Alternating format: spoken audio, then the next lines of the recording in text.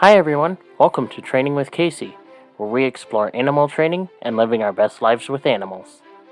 I'm Joseph Laughlin, producer of this podcast, and now here's your host, Kayce Covert. Let's get started. Hi, it's Kayce Covert, and let's talk about devices in training. Now, when I talk about devices, there are the divisive devices that a lot of people react really emotionally to. And those include e-collars, or some people prefer to call them shock collars. You've got prong collars, what some people call choke chains, and I like to call check chains.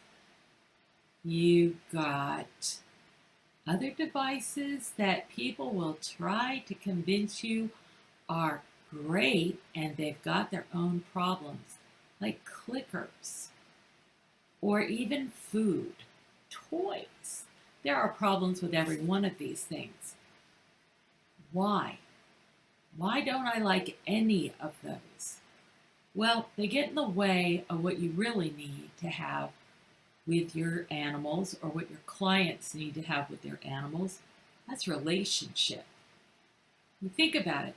When's the last time that you did anything with or for a friend because you knew they would either make you do it if you didn't want to, or give you some kind of little incentive if you did it according to their requirements? I wouldn't be in a friendship like that. Not interested. And I don't think the animals will be either. I think it will always stand in the way of the best relationship you could have, which is what I'm after. I want to have a relationship with an animal that we're truly aligned. We're going in the same direction together because we want to. I want self-driven excellence on the part of the animal. You're not going to get this with any device. You get this through relationship, through experience, when you make the activity interesting, challenging, rewarding, fun, something you do together, something you strive for. Then the animal does it. You can't keep him from it. Otherwise, you're just, you're kind of like premature. It's like you came to clean the house, but you don't even have a broom with you. I can't tell you how many times I have seen people create problems for no reason at all. Major trainers will come out, and I'm thinking of one in particular, created an obsession with toys in order to train a certain kind of behavior. And then they come right out and say on their very own video that they now have to correct this obsession that they created. I've seen professional competitors and judges that confounded their own animal's performance. For example, by throwing a toy for the animal to go play with while the animal was approaching them for the heel and the come and the heel. And so instead of the animal coming straight in, when they got 5 feet away, they dash off into the grass or to the side, looking for this toy, anticipating. I have watched researchers, and rightly so, I believe, castigate the use of clickers because the stress and the frustration that they saw on the part of the animals that were being, well, you could say they were being pressured. If they wanted the food, they had to figure out what the person wanted. And the person wasn't giving them any information. The trainer, who's supposed to be a teacher of animals, had no means of giving the animals information. And luring doesn't fit the bill. When an animal is following a lure, it's probably not thinking about what it's doing. It's not attuned to, okay, I'm getting information that will help me to be successful in other things. It's thinking, oh, look, there goes the food. Now, if you want to look at it in your own life, think about the times that you followed somebody, to their house, to a party, whatever. You get there just fine, right? Can you get there on your own? I have a lot of experience with this because when I do seminars in other countries, of course they take me. Otherwise, we wouldn't have an event. I'd never get there. I've gone to the same place sometimes 50 times, and I don't know how I got there. I don't recognize the language, perhaps, to read the street signs. I may not even recognize the alphabet. In addition, I'm talking to the person. We're making good use of the time to exchange information together. And we really like to do that. The exchange of information can be so inherently motivating that it can cause the animal to want to do the task for no other reason. Okay, so let's get back to it. We talk about these devices. I even mentioned luring. You can look at food as a device. And I do use food somewhat, but actually less and less as things go on. Anyway, I don't like a lot of things about devices. One of the things I don't like about them is that trolls get in there and misrepresent them and use that to turn groups of people against other groups of people. So I'll take the e-collar. I have seen some ridiculously inane videos of shock collars. And the people that made these things up, I don't know, I wouldn't trust them with an animal because they are so cruel in the videos. What they think to do with a shock collar, as they like to call it, wouldn't even occur to me. And they misrepresent how they are used. So how are they used? Well, I don't use them myself, and I can't use them because I work with exotic animals also, and it's not an option. Not on any level at all. You can't even get them on the animals, right? You certainly couldn't use one on a dolphin. So I'm not going to get started developing my skills with a collar that I can only use with a tiny subset of the animals that I work with. And I don't want to use it anyway, not for regular training, because I don't want to be dependent on a device. If you're using a device, any device, it can break, you can forget it, the battery can go out, it can fall out of your pocket, you can lose the remote. There are many ways that you can be taken out of commission as a trainer just because you're relying on a device. Furthermore, I have noted that many, if not most or all, animals can sense a lot of things about the e-collar that would surprise some people. For example, is it broken? Are the batteries dead? At some point, when you're using an e-collar, you're going to have a malfunction.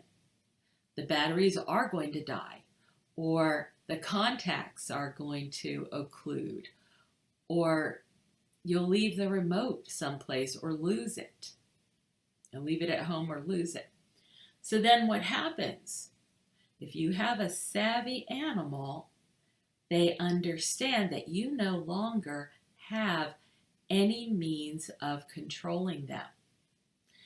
You haven't necessarily taken the opportunity to align their motivation with yours.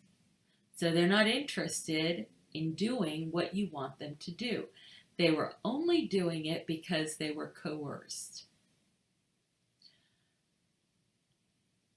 All of a sudden, you have nothing. And you may have nothing at a time where you really needed to have it. For example, you're out walking your dogs in a large area. You want to be able to walk them free with no lead of any kind and let them run to their heart's content, which you can often do with e-collars. The people that are portraying e-collars as being totally evil never mention how much freedom the dog gets when he is responsive to e-collars, because you have a means to bring the animal back from, for example, game, or if they start to approach a road. So places where it wouldn't be safe to let them be out and about all of a sudden become reasonable to do. But if you have a failure on the e-collar and the animal doesn't want to do what you want to do, they may pick that time to test it. Further, until you get your animal aligned and wanting to do the things that you're asking them to do, you don't have a partnership. You don't have training. You are maintaining behavior. The behavior is going the way you want it to because you're right there ready to issue a correction. That's not good enough. Now, here's another thing about training and devices, and that is that you're just not going to believe how fast and how great training can be with no devices. However, I would like to tell you something that I do that a lot of people don't understand or don't do. And that is that I even go further in giving the animal choices, because I can call in sick from work, and sometimes I do. Some days I just am not doing well, and I would rather do something else that's not so demanding. But we act like animals don't or shouldn't have that choice. But if you have an animal that loves what it does and wants to do it every day, all the time, and then it suddenly doesn't want to do it, that's not a behavior problem. That is an animal that's indisposed. They may need a little bit of time off. On the other hand, there are some things that always need to hold. For example, in my world, if I say drop it, leave it, wait, or stop, I want the animal to do that immediately, without question. Everything else, optional. Optional.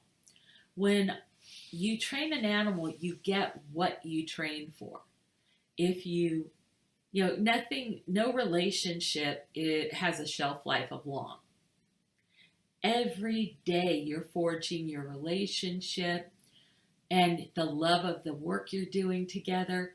If you just work with your animal on a regular basis and it's fun and interesting and exciting and the two of you together, you're going to find that you probably have at least 93% reliability.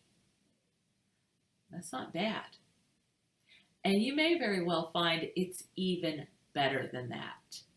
And it can be better than that. I've tested for animals that have gone through our training program and gotten 100% compliance on the safety behaviors. Whatever the safety behaviors were, don't bite or drop it or whatever. So you can get 100% compliance on safety behaviors. I mean, you might be able to get them on all the other behaviors too, but I choose not to because that animal is my collaborator.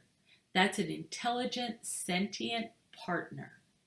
And I feel like they have the right to have an opinion and to have some sovereignty over their own lives. So if they just don't want to work, if I bring people out to see them even, and they just don't want to work, then that's okay. It's not like I told them ahead of time. Like when I brought a few times when I brought somebody out to see, usually it's my horse. And the first time she was really shy. And she acted, when I brought all these other people, like, what are you doing? Almost like I was asking her to parade around naked. The irony is she didn't mind parading naked, but she did not want to show her intelligence to all these people. When I think back on it, I can see how that's really valid. Anyway, if she doesn't know somebody, sometimes she doesn't want to perform in front of them. But mostly she will. Mostly she will. Over 93% of the time she will. But if I go off on vacation for 3 weeks and come back and see her, I can't expect the on top of behavior that I get when we're working together every day. Especially the stuff we're doing. We don't do a lot of, repetition. We're always building on new things. It kind of takes a certain amount of sharpness on the part of the animal. Okay, so let's recap. We've got all these devices, and I don't like any of them. If you look, a lot of the times the animals I'm working with are totally at liberty. If they have halters, harnesses, lead ropes, collars, it's often for a safety backup. When an animal's under training, of course you should have a safety backup, especially if you're going out in public. That's responsible. But as far as using those devices for teaching, there was a time in my career that I did, and I have discarded them. Further, what the animal likes and what people project that they will like are two different things. I've had people that are totally against e-collars, prong collars, check collars, anything but a collar that is just there. It doesn't communicate. It doesn't give any correction. I've had people chase me down in a pet store because, how you can bring your dogs in. So I had these two beautifully trained Dobermans, and we use show check chains. Now, the beauty of a check chain is an animal that listens to the check chain can get critical information with the subtlest cues. And I took them into one of these pet stores, and the person ran up and they were going to help me. They were going to show me the error of my ways. So I just turned my dogs as a brace around to face them. And my dogs, holding my hands I put the leads between here and here. Okay, more like that, right? There's your two leads. And they listen to me. And I just tell them left. And we pivot around to look this person in the eyes. The dog's maintaining perfect spacing and perfect, compliance. And no, not even just like they can barely even perceive the cues. And this person proceeds to say, we have much better collars for you. You don't want to use those. And I just looked at her with a flat face and I said, I'm a professional animal trainer.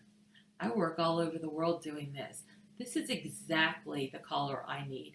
And this collar that you're looking at will not fit my purposes. It is not effective. I have to be, it doesn't communicate anything to the animal. I also had a situation with a colleague that I really enjoyed, but I arrived at their facility And these same two Dobermans got out of the car with their two not e-collars, their I think they were check chains, the same colors. And I took the leads off, and my colleague starts to say, oh, I can't believe you have those collars. And I said, really? Why? And she said, well, they're so rough. And I said, have you seen me use them roughly? And she goes, no. And I said, they're very communicative. And my dogs are very good listeners. And we make it look magical. And she goes, well, yes, it does look magical. Then I let them off the leads, and she starts to go, oh my God, they might run into the road. Really? My dogs are just cavorting around, having a great time, but they've already learned about roads and boundaries and all that stuff. They learned, and they're self-managing. They don't have to have me going, don't you go into that road. You better be careful. There's cars in that road. That's not required. They're intelligent. They understand about roads. They understand the rules about roads. They listen when we're talking through the collar. I'm not out there to abuse them. I'm out there to be their partner. And I got to tell you, we got a little ego involved here. We like to make it look flashy when we do it. So, devices are divisive, and they're also full of pitfalls. I don't recommend any, and what the dogs prefer will probably surprise you. I had a client with a wonderful German Shepherd. I loved her very much, and she was a world-class criminal when we started, and a very good SAR dog when she got finished. And at one point, when we were starting to go out to do the search and recovery training, the owner asked what kind of collar she should have on her dog. And I said, well, really, it doesn't matter to me what kind of collar you have, because it's just a safety backup to make sure that nothing, like the dog doesn't get hit by a car or something like that. And, that's it. And she says, well, I've got every kind of collar known to mankind.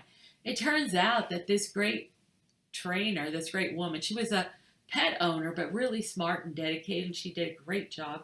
Anyway, she had been through a whole string of trainers, several of which tried to convince her that she had too much dog on her hands, and they would be happy to take her dog off her hands because she'd never be able to do it. That was a world-class dog that she had. And they had also sold her all these, different paraphernalia. She had head halters. She had every kind of collar, the harnesses that pulled the legs up and all this kind of stuff. Because the dog would pull the woman down the street and be dangerous. So there was a reason to be looking at that, but that wasn't the answer. So I suggested, what about if you just let the dog choose? Now, if you go along for a while with SATS, you'll learn about our system of two-way communication. It's objective, it's easy, it's fast, but you have to be fluent and up to snuff yourself. You can't start a conversation if you don't have a vocabulary. You have to be fluent before the animal is fluent. Anyway, I asked her dog, which do you prefer? The e-collar or not the e. She may have even had an e-collar, but the particular choice was prong collar and, let's say, a martingale. The dog chose the prong collar. We both looked at each other. We were very surprised. So then I brought out the check chain. Nope, she wanted the prong collar. I brought out a flat collar. No, she wanted the prong collar. No matter what we thought she would want, she clearly knew that she preferred the prong collar. So we let her have it. Then we proceeded to take her to a park where she was learning to not react to squirrels. So we took her someplace where we were sure she would see squirrels. And I told her, if you can stay easy, you can stay here and watch the squirrels. But if you start barking, I'll know that you need your gentle leader, I think it was that she had. Yeah, there's head halters and gentle leaders. Well, anyway, so the dog promptly looks around, sees a squirrel, starts barking her head off. I go, not a problem. I have it right here. Since you want your, head halter on, we'll just put it right on you. I put it on her and she's looking at me like, you stupid woman, I hate this. And I said, well, if you can be easy for 30 seconds, I'll take it off again. She's glowering. I've got my, watch going, my stopwatch. After 30 seconds, I tell her that's a good job. I take the head halter off her. She waits. She sees a squirrel. She glances at me like this. Not a problem. I happen to have it right here. I put the head halter back on her. She glowers. She's hateful. She's really angry. 30 seconds. Take the halter off her. Never had to do it again. In fact, I've got video. We're going to be unearthing all our videos soon. Of her and her sister dog walking with their owner, who was less than 100 pounds when she was sopping wet, walking down the street, and 2 squirrels crossed right in front of them in both directions, within 15 feet of their noses. And the dogs act like there were no squirrels. That's less than 3 weeks into training. It's impressive.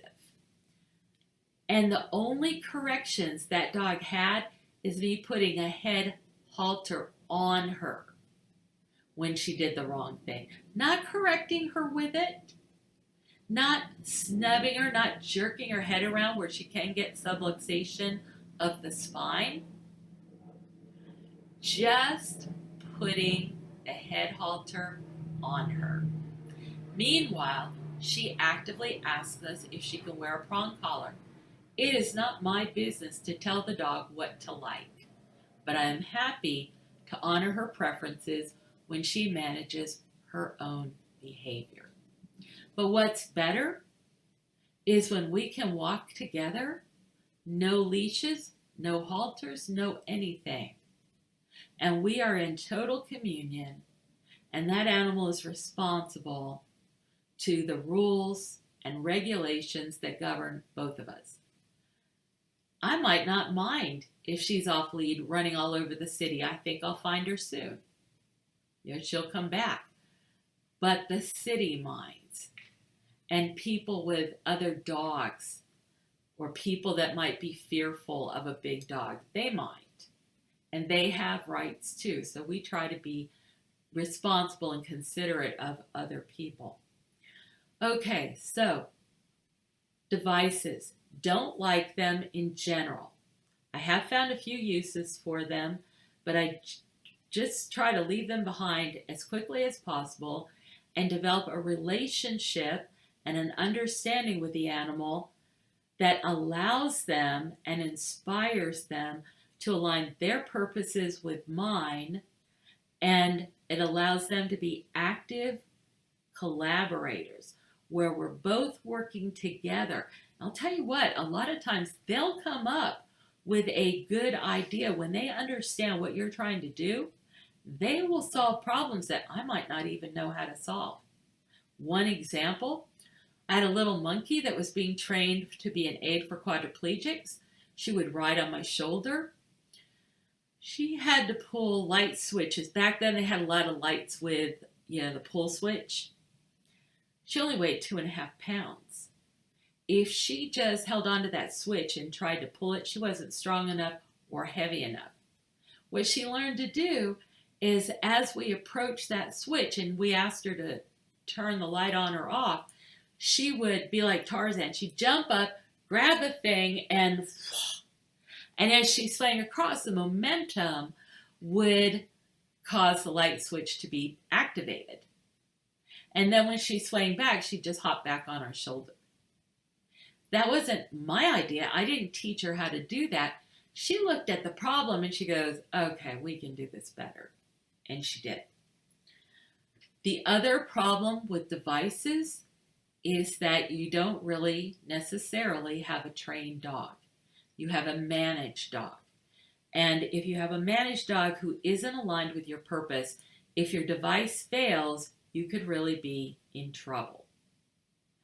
And no device can be in every situation. You don't want to be there as a trainer. You want to be able to train. If your noise-making device falls off your wrist or breaks in half, if your food bag, you find out it's spoiled, if the toy suddenly breaks such that the dog might swallow a piece of it so you can't use it anymore, you want to be out of business? I don't. So I don't want to rely on any of those things. And it works very well not to. I hope that people in our community will be respectful of one another no matter what tools they use. I hope and intend that the tools and the protocols and practices of SATs will be seen to be so powerful that people just will not be interested in those limiting devices anymore. And I hope that everybody in our community will treat one another with compassion and respect.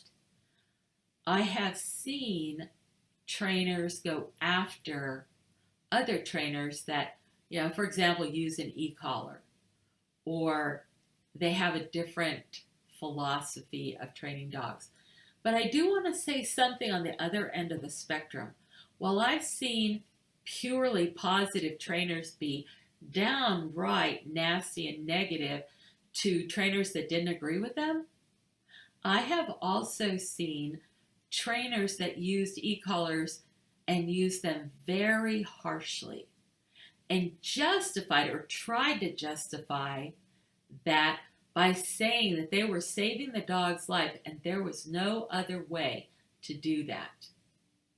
And SATS trainers save dogs' lives day in, day out, so fast, so well. And these people that are saying that it can't be done without an e-collar are simply incompetent.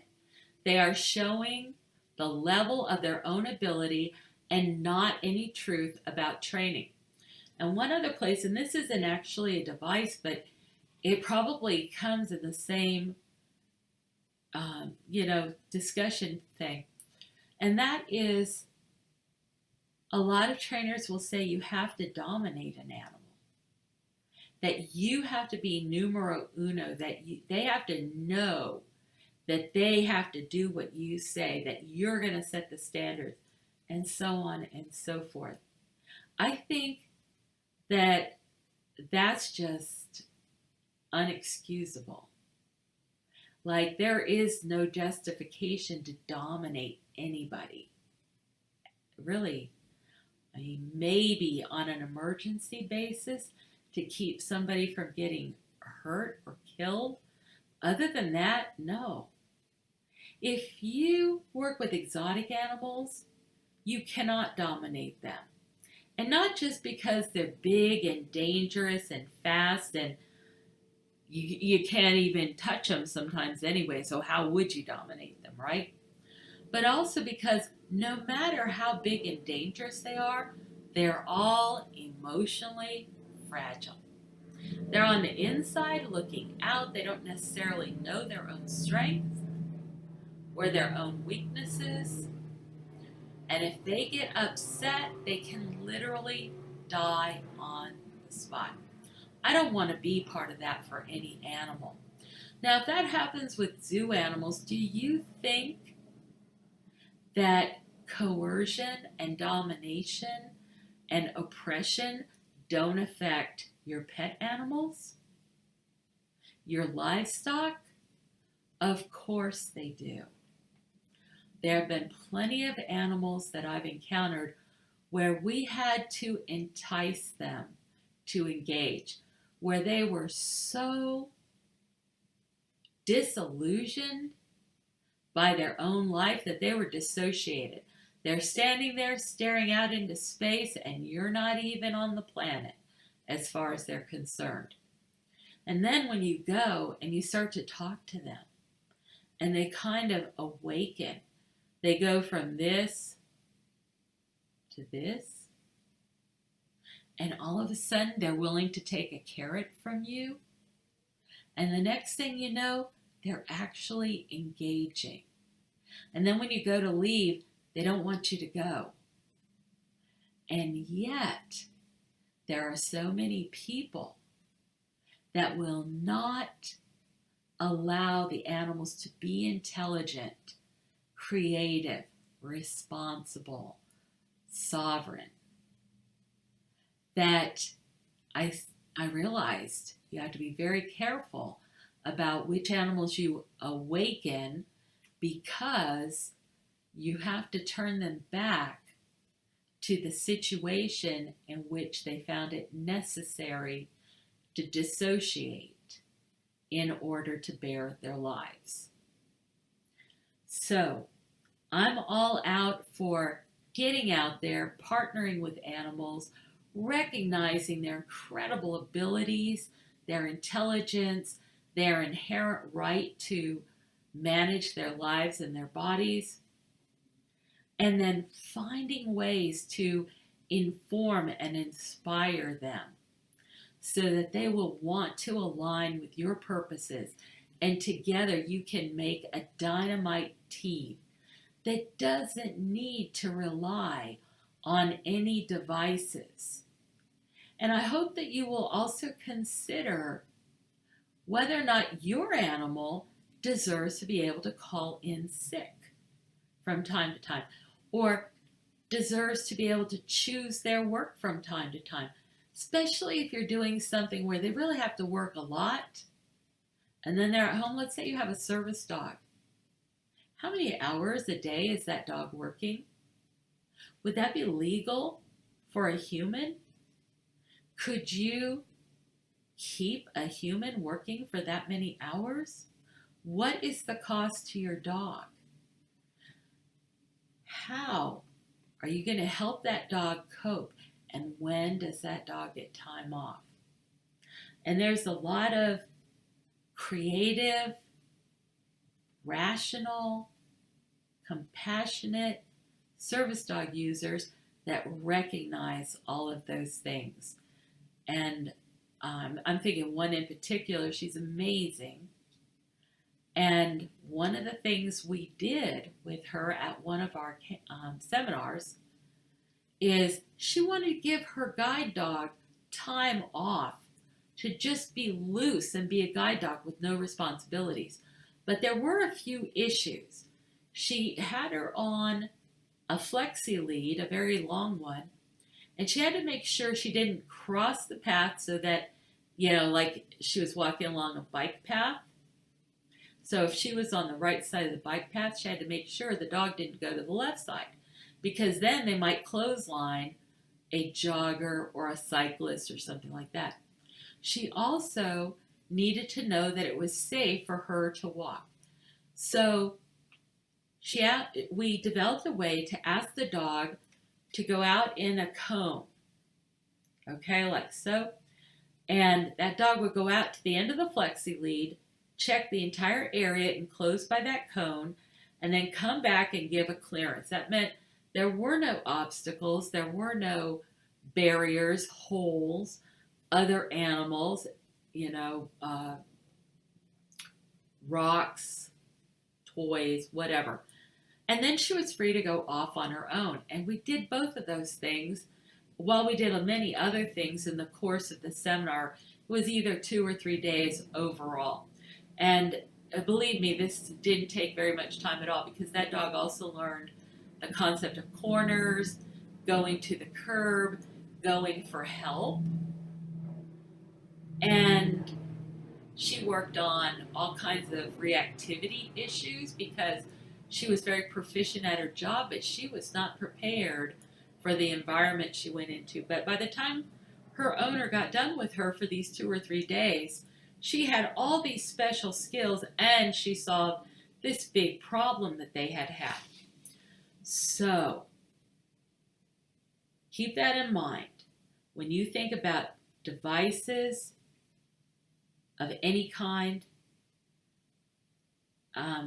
whether or not the animal deserves time off and some self-direction, what happens when your device doesn't work, and what kind of trainer do you want to be? What's your dream?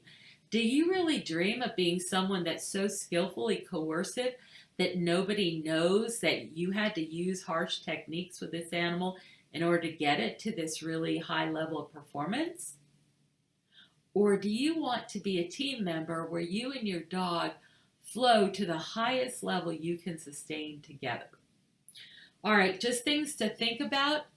And please love each other and have compassion. No bashing other people. It's fine if you recognize what they're doing and talk about it, but don't make it personal. All right, thank you. Take care. See you next time. Hey fans, are you enjoying Training with Kayce? Don't forget to subscribe to the podcast on iTunes or wherever you get your podcasts from. Also, don't forget to subscribe to Kayce Covert on YouTube. That is youtube.com/C/Kayce Covert. Also, give the podcast a like, share, and comment. Thanks for joining us. Come back for more news and views on animal training and living with animals. Stay at the top of the pack with Kayce. This is Joseph Laughlin, producer of Training with Kayce. See you next time.